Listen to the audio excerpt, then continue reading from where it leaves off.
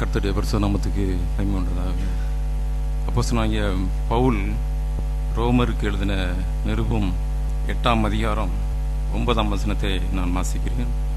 ரோமர் 8:9. தேவனுடைய ஆவி உங்களிலே வாசமாயிருந்தால் நீங்கள் மாம்சத்துக்கு உட்பட்டவர்களாய் இராமல் ஆவிக்கு உட்பட்டவர்களாய் இருப்பீர்கள். கிறிஸ்துவின் ஆவி இல்லாதவன் அவருடைய நல்ல அப்படின்னு சொல்லி அப்போஸ்தலனாகிய பவுல் ரோமருக்கு எழுதின நிருபத்திலே எழுதியிருக்கிறதை பார்க்கிறோம். தேவனுடைய ஆவி உங்களிலே வாசமாய் இருந்தால் நீங்கள் மாம்சத்துக்கு உட்பட்டு இராமல் ஆவிக்கு உட்பட்டவர்களாய் இருப்பீர்கள் என்று சொல்லி சொல்லப்பட்டிருக்கிறது.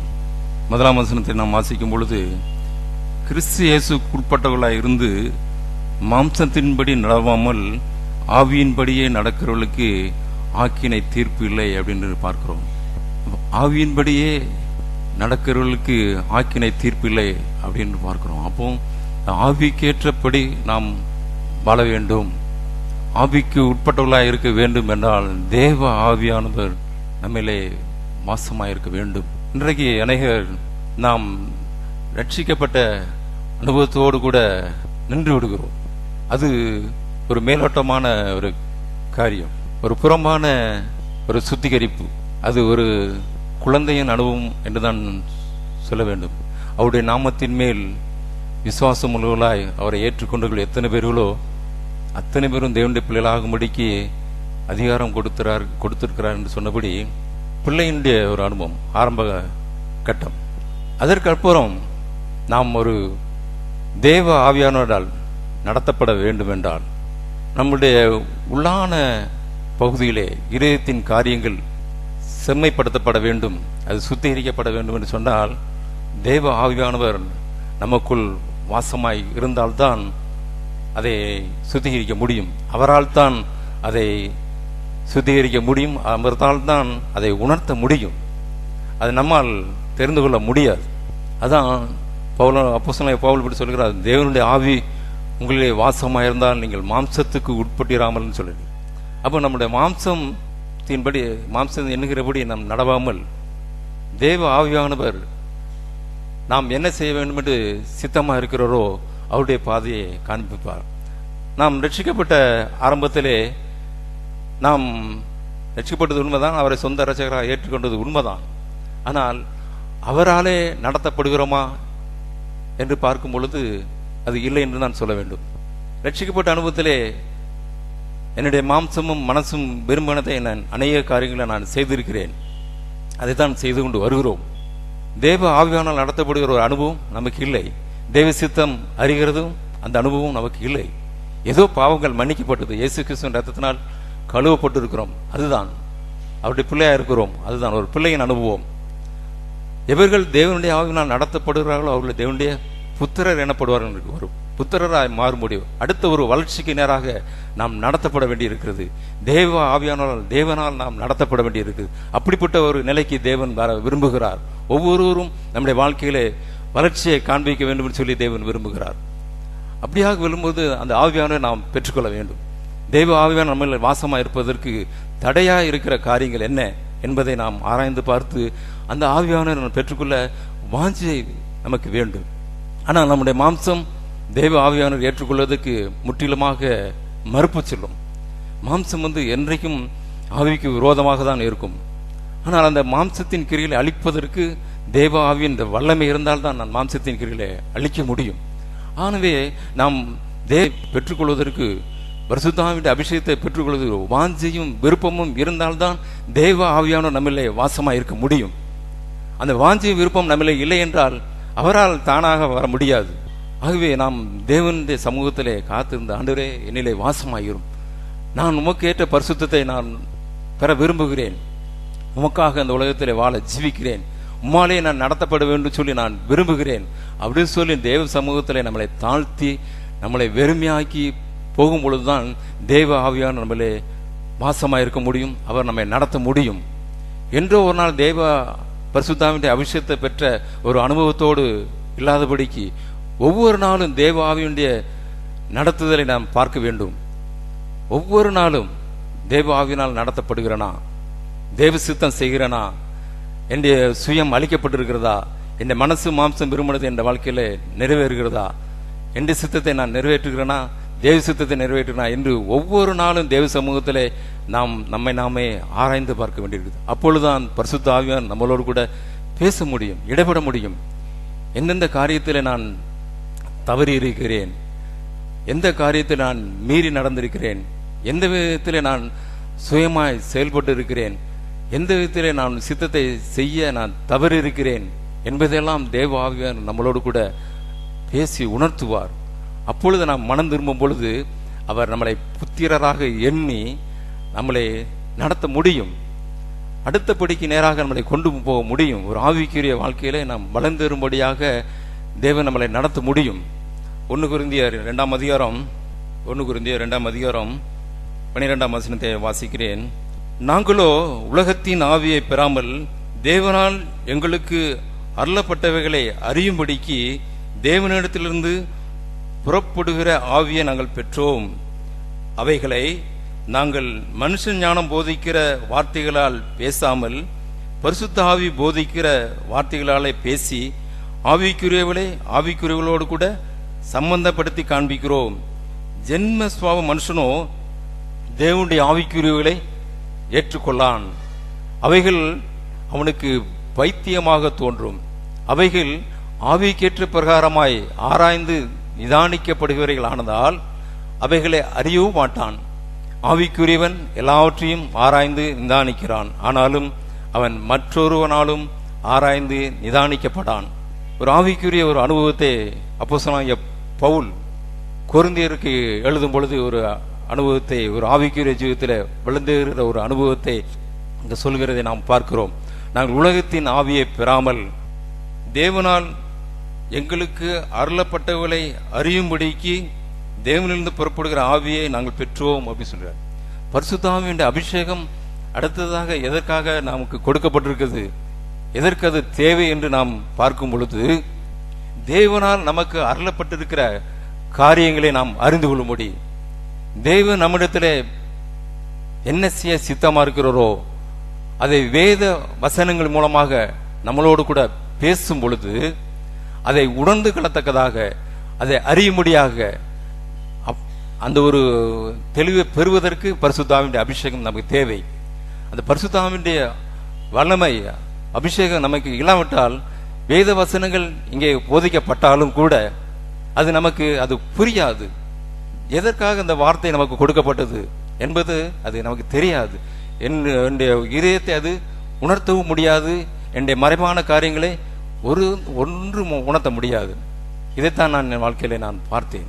பரிசுத்த ஆவியின் அபிஷேகம் இருந்தால்தான் என்னுடைய இருதயத்தில் மறைந்திருக்கிற பாவமான காரியங்கள், இச்சை நிறைந்த காரியங்கள், பொறாமைகள், மறைந்திருக்கிற கோபங்கள், வைராக்கியங்கள், பகைகள் எல்லாவற்றையும் பரிசுத்த ஆவியானவர் வெளியே கொண்டு வரும் பொழுது நாம் மனம் திரும்ப முடியும், ஒரு பரிசுத்தத்தை அடைய முடியும். அவர் சொன்னது போல, நான் பரிசுத்தர் ஆகிறால் நீங்கள் நடக்க எல்லாவற்றிலும் பரிசுத்தம் உள்ளவராக சொன்னது போல, நம்ம நடக்க எல்லாவற்றிலும் பரிசுத்தம் உள்ளவராய் இருப்பதற்கு அந்த பரிசுத்த ஆவியானவர் நம்மில் ஊற்றப்பட வேண்டும். தேவ ஆவியில் நம்மிலே வாசமாய் இருக்க வேண்டும்.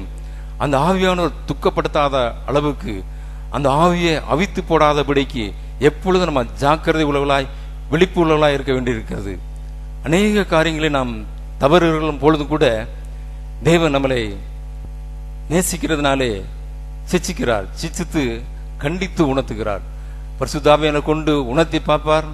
அதிலும் நாம் உணர்வு இல்லாமல் இருக்கும் பொழுது அவர் நம்மளை அதிகமாக நேசிக்கிறபடினால், புத்திரராக அவர் ஏற்றுக்கொண்டபடினால், சொந்த பிள்ளைகளாக இருக்கும்படி தெரிந்து கொண்டபடினால், அவருடைய சாயல் நம்மளை வெளிப்படும்படியாக, திவ்ய சுவாபத்துக்கு பங்குலா மாறும்படியாக நம்மளை அழைத்தபடினாலே அந்த பரிசுத்தத்துக்கு நேராக நம்ம நடத்துவதற்கு அவர் நம்ம என்னை சிச்சிக்கிறார். சிச்சித்து கடிந்து கொண்டு நமக்கு புத்தி சொல்கிறார். அப்பொழுது நாம் உணர்வுடையும். அப்படியும் நாம் உணர்வுள்ளதாக இருக்கும்போதுதான் ஒரு ஆவிக்குரிய மரணத்தை நாம் சந்திக்க நேரிடும். அதை தேவன் ஒரு நாளும் நம்மளே விரும்பவில்லை. அந்த பரிசுத்த ஆவியானவர் நாம் எதற்காக பெற்றுக்கொள்கிறோம் என்பதையும் நாம் அறிந்து உணர்ந்து ஒவ்வொரு நாளும் அவர் சமூகத்திலே நாம் போய் நம்முடைய காரியங்களை ஆராய்ந்து பார்த்து ஒவ்வொரு நாளும் நம்முடைய இதயத்தை சுத்திகரித்துக் கொள்வது நல்லது. அது பரிசுத்த ஆவியானுடைய அபிஷேகத்தால் பெற்றால் மாத்திரம்தான் அதை செய்ய முடியும். இல்லை நம்ம மேற்போங்கான ஒரு ஜெபத்தை நாம் செய்ய முடியும். வெளிப்படையான ஒரு காரியத்தை தான் நாம் சொல்லி ஜெபித்து நம்முடைய மன திருப்தியோடு கூட நாம் எழுந்திருக்க முடியும். இன்னும் ஆழமாக தேவன் நம்மளை நடத்தும் பொழுது, சோதனைக்குள்ளாக கொண்டு போகும் பொழுது, போராட்டங்களுக்குள்ளாக கொண்டு போகும் பொழுது, நாம் அநேக சூழ்நிலையிலே நாம் துவண்டு விடாதபடிக்கு, நாம் சோதனையை கண்டு மருண்டு விடாதபடிக்கு பரிசுத்த ஆவியானவர்தாமே நம்மளை தாங்குகிறார். பரிசுத்த ஆவியின் பலத்தை கொண்டு நம்மளை நடத்துகிறார். ஒன்றுக்கும் கவலைப்படாதபடிக்கு எல்லா காரியங்களுக்காக ஸ்தோத்திரத்தோடு கூடிய விண்ணப்பத்தை அவருக்கு தெரியப்படுத்தும்படியாக பரிசுத்த ஆவியானதாமே வாக்கு கடங்கா பெருமிச்சுகளோடு கூட நமக்காக வேண்டுதல் செய்கிறாராம். அப்படிப்பட்ட நல்ல ஆவியானவரை நாம் பெற்றுக்கொள்வது மிக மிக அவசியம். இந்த நாளிலும் கூட பெறாமல் இருப்போமானால் அந்த ஆவியானவரை பெற்றுக்கொள்ளும்படியாக ஒரு வாஞ்சை கொள்வோம், விருப்பம் கொள்வோம். அப்படியாக அந்த ஆவியானவரை பெற்று அவருக்காக ஒரு வைராக்கியம் நிறைந்த ஒரு வாழ்க்கை இந்த உலகத்திலே நாம் வாழும்படியாக அழைக்கப்பட்டிருக்கிற அழைப்பிலே நாம் உறுதியாக இருந்து அவருக்கு கனத்தையும் மகிமை செலுத்தக்கூடிய பிள்ளைகளாக நாம் வாழ வேண்டும் சொல்லி தேவன் விரும்புகிறார். என்னையும் உங்களையும் விரும்புகிறார். அபிஷேகம் பெற்ற ஒரு காலத்திலே மாத்திரமல்ல, தினம் தினம் அபிஷேகம் ஆவியானவர்களால் நடத்தப்படுகிற ஒரு அனுபவம் தேவை தேவை தேவை. ஒவ்வொரு நாளும் ஆவியானவரால் நாம் நடத்தப்பட வேண்டும். ஒவ்வொரு நாளும் ஒவ்வொரு வினாடியும் கூட நம் தேவ ஆவியினால் நடத்தப்பட வேண்டியிருக்கிறது. இந்த பொல்லாத உலகத்திலே வாழ்கிற நாம் வஞ்சிக்கக்கூடிய காரியங்கள் அநேகம் இருக்கிறது. வஞ்சகம் நிறைந்த உலகம். இந்த உலகத்தில் நாம் அதிக ஞானமுள்ள பிள்ளைகளாக நடப்பதற்கு ஆவியானவர்தான் நமக்கு ஒத்தாசை பண்ண வேண்டும். அதுக்கிட நாம் மாம்சத்தின்படி நாம் நடப்பதற்கு, பிழைப்பதற்கு, மாம்சத்துக்கு நாம் கடனாளிகள் அல்ல அப்படின்னு சொல்லி ரோமர் 8ஆம் அதிகாரத்தில் சொல்லப்பட்டிருக்கு. பின் பகுதியிலே ரோமர் 8:12 வாசிக்கிறேன். ஆகையால் சகோதரரே, மாம்சத்தின்படி பிழைப்பதற்கு நாம் மாம்சத்திற்கு கடனாளிகள் அல்ல. மாம்சத்தின்படி பிழைத்தால் சாவீர்கள், ஆவியினாலே சரீரத்தின் செய்கைகளை அளித்தால் பிழைப்பீர்கள். மாம்சத்தின்படி பிழைத்தால் சாவீர்கள், ஆவியின்படி சரீரத்தின் செய்கைகளை அளித்தால் பிழைப்பீர்கள். அதனாலே நாம் மாம்சத்தின்படி எந்த விதத்திலும் நாம் வாழாதபடிக்கு ஆவியினாலே சரீரத்தின் செய்கைகள் ஒவ்வொன்றையும் நாம் அளிக்க வேண்டும் என்று சொல்லி தேவன் விரும்புகிறார். அதை அளிப்பதற்கு பரிசுத்த ஆவியுடைய அபிஷேகம் தேவை. மாம்சத்தின் கிரியைகளை அளிப்பதற்கு, மாம்சத்தில் தோன்றுகிற எல்லா ஆசை ஈச்சைகளையும் அளிப்பதற்கு அபிஷேகம் தேவை. அநேக விஷயத்திலே நாம் மாம்சத்தின்படி செயல்பட்டு சோர்ந்து விடுகிறோம், துவண்டு விடுகிறோம். சுய இச்சையினாலே நாம் இழுக்கப்படுகிறோம், சிக்குண்டு தவிக்கிறோம். ஆனால் பரிசுத்த ஆவியானவராலே நடத்தப்படுவதற்கு நாம் ஒப்பு கொடுக்கறதில்லை. நாம் இச்சையினாலே இழுக்கப்பட்டு நம்முடைய சுய விருப்பத்தின்படியே நடந்து சோதனையில சிக்குண்டு தவிக்கிறதுக்கு கூட நாம் பெரிய காரியமாக எண்ணுகிறது இல்லை. ஆனால் தேவ ஆவியானால் நடத்தப்படுகிறதுமே அப்படிங்கிற ஒரு ஆர்வம் நம்ம இடத்துல இல்லாத இருக்கிறது. திரும்ப திரும்ப நம்ம அதிலே உழண்டு வருகிறோம். மாம்சத்தின்படி பிழைத்து, மாம்சத்திலே செயல்பட்டு, மாம்சத்தின் காரியங்களே சிந்தித்து, அதையே நினைத்து தேவ ஆவியுடைய நடத்துதலுக்கு போகாதபடிக்கு மாம்சத்தின் கிரிகளை வெளிப்படுத்துவதாக தான் இருக்கிறோம் என்று பார்க்கிறோம். அநேக காரியங்களை நான் என்னுடைய வாழ்க்கையில நான் அதை அனுபவித்திருக்கிறேன். தேவ சமூகத்துக்கு போகாதபடிக்கு, பரிசுத்த ஆவியுடைய ஒத்தாசை நாடாதபடிக்கு என்னுடைய சுயபலத்திலே நான் நின்றிருக்கிறதை நான் பார்க்கிறேன். அப்படி இல்லாதபடிக்கு நம்முடைய சுயபலம் நமக்கு ஒன்றும் உதவாது, மாம்ச பலம் ஒன்றுக்கும் உதவாது அப்படின்னு சொல்லி தான் வேதம் சொல்கிறது. மாம்சத்தின்படி நாம் பிழைக்கிறதுக்கு, மாம்சத்துக்கு நான் கடனாளி அல்ல அப்படின்னு சொல்லி தான் வேதவசனம் சொல்கிறது. மாம்சத்தின் கிரியைகளை அளிக்கும்படியாக தான் தேவகுமாரன் வெளிப்பட்டார். 1 கொரிந்தியர் 3ஆம் அதிகாரத்திலே சொல்லப்பட்டிருக்கிறது. 1 கொரிந்தியர் 3ஆம் அதிகாரம் 1ஆம் வசனத்தை நான் வாசிக்கிறேன். சகோதரரே, நான் உங்களை ஆவிக்குரியவர்கள் என்று எண்ணி உங்களுடனே பேசக்கூடாமல் மாம்சத்துக்குரியவர்கள் என்றும் கிறிஸ்துவுக்குள் குழந்தைகள் என்றும் எண்ணி பேச வேண்டியதாயிற்று. நீங்கள் பலன் இல்லாதவர்கள் ஆனதால் உங்களுக்கு போஜனம் கூடாமல் பாலை கொடுத்தேன். இன்னமும் நீங்கள் மாம்சத்துக்குரியவர்களாக இருக்கிறபடியால் இப்பொழுதும் உங்களுக்கு பலன் இல்லை. பொறாமையும் வாக்குவாதமும் பேதங்களும் உங்களுக்குள் இருக்கிறபடியால் நீங்கள் மாம்சத்துக்குரியவர்களாய் இருந்து மனுஷ மார்க்கமாய் நடக்கிறீர்கள் அல்லவா? ஒருவன் நான் பவுலை சேர்ந்தவன் என்றும் வேறொருவன் நான் அப்போலவை சேர்ந்தவன் என்றும் சொல்லுகிறபடியால் நீங்கள் மாம்சத்துக்குரியவர்கள் அல்லவா? இந்த 4 வசனத்தையும் நம்ம ஆராய்ந்து பார்த்து ஆழமாக வாசித்து நாம் தியானிப்போம் என்றால் நாம் ஆவிக்குரியவர்களா மாம்சத்துக்குரியவர்களா என்பதை நாம் நிதானிக்க முடியும். வாக்குவாதமும் பொறாமையும் வேதங்களும் உங்களுக்குள் இருக்கிறபடியால் ஒரு ஆவிக்குரிய சபைக்கு தான் அப்போஸ்தலனாகிய பவுல் எழுதுகிறார். கொரிந்தியருக்கு எழுதும் பொழுது உங்களுக்குள்ளே வாக்குவாதங்களும் பொறாமைகளும் வேதங்களும் உண்டென்று. நம்முடைய இதயத்தின் காரியங்களை ஆராய்ந்து பார்ப்போம். நமக்குள்ளாக எவ்வளவு உள்ளுக்குள்ளாக மறைந்திருக்கிறது, வெளியே யாருக்குமே தெரியாது. இதயத்தில் மறைந்திருக்கிற காரியங்கள் யாருக்குமே தெரியாது. பரிசுத்த ஆவியானவர் நம்மளோடு கூட பேசுவார். உனக்குள் இவ்வளவு பொறாமை இருக்கிறது, நீ இவ்வளவு வாக்குவாதம் செய்திருக்கிறாய், உனக்குள்ள இவ்வளவு பேதங்கள் இருக்கிறது, நீ இவ்வளவு பகை இருக்கிறது, வைராக்கியம் இருக்கிறது என்று சொல்லும் பொழுது கூட நாம் அப்படியே ஆவியானுடைய நடத்துதலுக்கு அப்படியே மலங்கி விடுகிறோம். தேவன் விரும்பவில்லை. மாம்சத்துக்கு உரிவில் என்றே சொல்கிறார். இப்படி நாம் பரிசுத்தாவியின் அபிஷேகத்தை பெற்றிருந்தாலும் கூட, ஒரு அனுபவம் இருந்தாலும் கூட, இவைகள் இருக்குமானால் நாம் மாம்சத்துக்குரியவர்கள் தான், அதிலே சந்தேகமே இல்லை. இவைகள் இருந்து நாம் பரிசுத்தாவின் அபிஷேகம் பெற்றோம் என்று சொல்வதற்கு இடமே இல்லை. வாக்குவாதமும் பொறாமையும் வேதங்கள் நமக்குள்ள இருக்குமானால், கசப்பு வைராக்கியங்கள் கோபங்கள் நமக்குள்ள இருக்குமானால் நாம் அபிஷேகம் பெற்றதனுடைய அனுபவமே நமக்கு இல்லை. அந்த பரிசுத்த ஆவியானவரை நாம் துக்கப்படுத்தி இருக்கிறோம், ஆவியை நாம் அவித்து போட்டிருக்கிறோம் என்றுதான் அர்த்தம்.